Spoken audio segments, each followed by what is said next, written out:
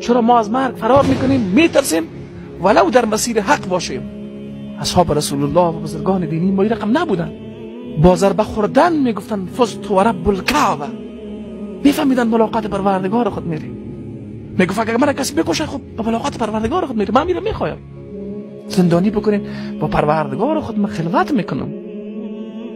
انسان کسی را دوست داشته باشه زیاد، بزرگترین خوشی همیست که کته از او تنها باشه. میگه در زندان با پروردگار خود خلوت میکنم. مرتبیت بکنین در زمین الله سیر میکنم. چی چیز بیشتر از این کردن میتونه؟ معنویت انسان را قدرتمند میسازه. انسانی که باورمند به الله هست، انسانی که محبت الله در قلبش جا گرفته باشه، از روز جزا نمیترسه. به معنای از این نیست که غافل است از حساب کتاب الله. نه، برش آمادگی دارن.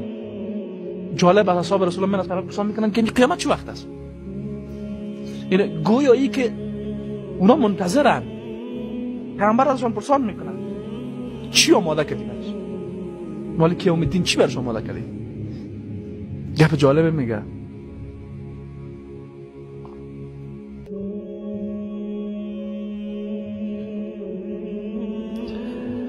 اعمال ندارم پر الله پیامبر را دوست دارم.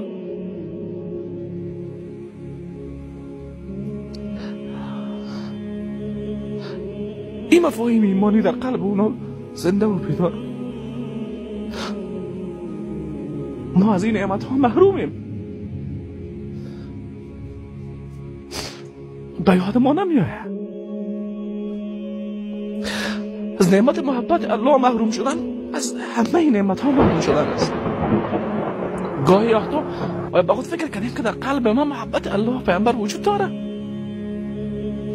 او محبت الله پیامبر باعث شده بیای از پیامبر وقوع قیامت پرسان بکنه. عجیب است.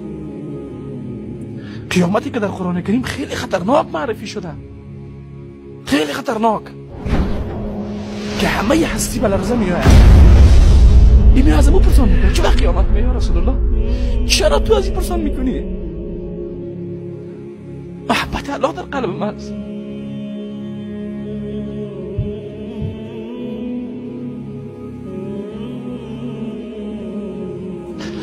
انسانی که محبت الله در قلبی باشه در عبادت الله باز غافل نمیشه، از عبادت الله فرار نمیکنه، از مواجه بودن با الله و از راز و نیاز با الله خسته نمیشه.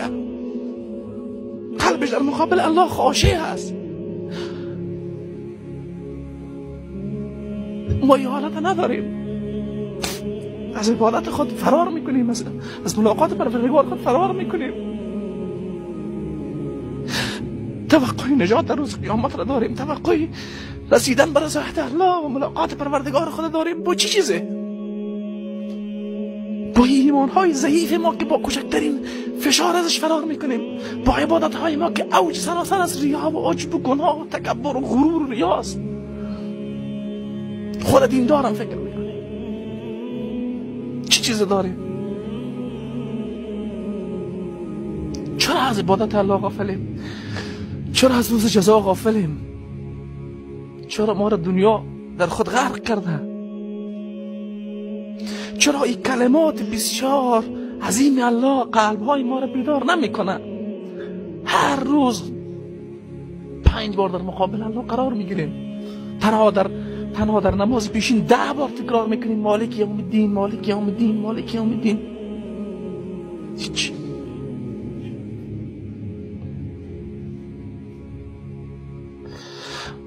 پس باید قدری گپ را بدانیم، از الله فرار نکنیم، به طرف الله باز بگردیم، قیامت را فراموش نکنیم. این مفاهیم در ذهن ما وقت زنده بود. الله را خواهرشانه عبادت میکنیم، از عبادت الله خود لذت میبریم و او عبادت باز میتونه ما را به مسیر هدایت استقامت بده، میتونه ما را از منکرات و از بدیها دور بکنه.